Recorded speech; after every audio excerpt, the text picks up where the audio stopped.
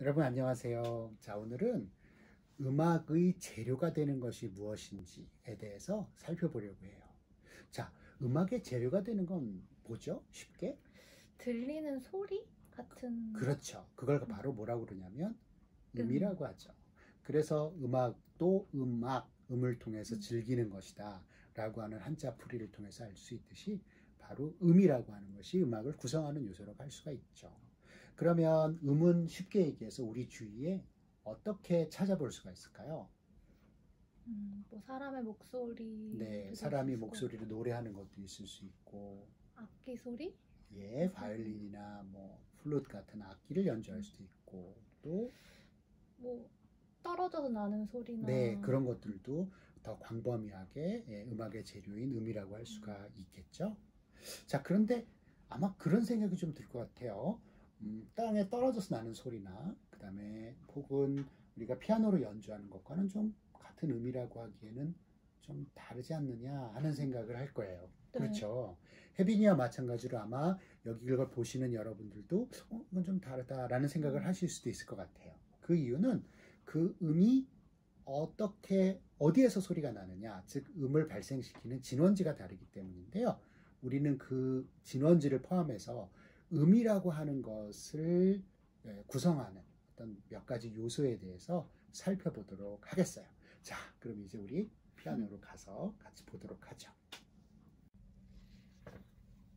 여러분, 지금부터 제가 총 4가지의 음의 구성 요소를 알려드릴 거예요. 우리 잘 듣고 같이 구분해 봐요. 자, 먼저 음고라고 하는 것이 있어요. 음고, 그것은 음의 높고 낮음, 쉽게 음의 높낮이를 뜻하는 거예요.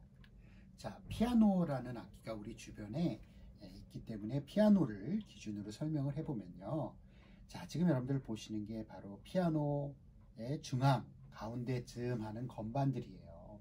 자, 여기에 대략 가운데에 있는 도라고 하는 음을 기준으로 설명을 해볼게요. 자, 혜빈이가 도를 한번 쳐봐 주실래요? 네, 우리는 이것을 미들 C라고도 부르고요. 중앙도 혹은 가온도, 가온다 이런 이야기로 이 음을 얘기를 해요. 자, 그런데 과연 이 도라는 음이 여기만 있을까요? 그렇지 않거든요. 다른 데 있는 도를 한번 쳐볼까요? 네, 이것도 역시 도예요. 자, 그러면 또 다른 음을 쳐볼까요? 자, 여러분 이게 다 같이 도로 들리시는지 모르겠어요. 자, 여기서 중요한 거는요. 제일 처음에 쳤었던 가운데 도랑요. 들어보죠. 자, 이 음을 기준으로 했을 때 두 번째 쳤었던 이 도는 같은 도래도 높은 음을 뜻하고요. 높다. 그 다음에 자, 이것은 낮다라고 얘기를 해요. 자, 그러면 음이 높고 낮다라고 하는 것을 여러분들 확실히 듣고 이해할 수 있겠죠?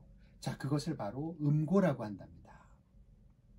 자, 이번에는 두 번째 요소인 음의 길이에 대해서 생각을 해봐요. 음의 길이는 얼만큼 음을 짧게 혹은 길게 치느냐라는 것이거든요. 자, 아까 다시 도로 돌아와서 이번에 먼저 긴 음을 한번 들려볼까요? 네, 계속 누르고 있었어요. 어느 정도. 그래서 음이 길어졌죠. 반면 자, 이거는 음을 톡 때리고 말았네요. 그러니까 음이 지속되는 시간이 굉장히 짧았죠. 이런 것들을 바로 짧은 음이라고 해요. 결국 음의 길이는 음의 짧고 긴 것을 뜻하고요. 여러분들 들어서 이걸 구분하실 수 있겠죠. 자, 세 번째는요. 샘여림이라고 하는 요소가 있어요. 자, 그것은 음을 얼만큼 강하게 또는 여리게 치느냐라고 하는 거예요. 자, 그럼 그걸 한번 다시 들려주실 수 있겠어요? 네, 또 다른 것은요? 자, 어때요? 처음과 두 번째 것이 확실히 건반을 때리는 그런 정도가 다르죠. 첫 번째 것은 좀 강하게, 두 번째 것은 여리게. 한번 들려봐 주시겠어요? 네, 이거는 바로 연주자, 즉 피아니스트가 누르는 어떤 그런 세기에 따라서 결정이 되는 거겠죠. 자, 이것이 바로 음의 강함과 여림, 즉 샘여림이라고 할 수가 있어요. 자, 이번엔 네 번째 바로 음색이라고 하는 건데요. 이게 바로 우리가 처음에 아까 이야기를 진행했었던 것에 가장 중요한 핵심 요소이기도 해요. 왜냐하면 소리가 다르게 느껴진다라고 하는 것은 바로 이 음색 때문이었거든요. 자, 그럼 우리 피아노 소리로 먼저 음색을 한번 들어보죠. 자, 이게 바로 도레미파솔라시도라고 하는 피아노로 우리가 들을 수 있는 가장 쉬운 어떤 음색이었어요. 자, 그러면 이걸로만 음색이 존재하느냐? 그건 아니죠. 예를 들어서 피아노 건반이 아닌 피아노의 다른 부분을 손으로 탁탁 칠 수도 있답니다. 네, 이것도 바로 어떤 음악의 재료가 되는 것이고요. 그 다음에 우리가 지금 들을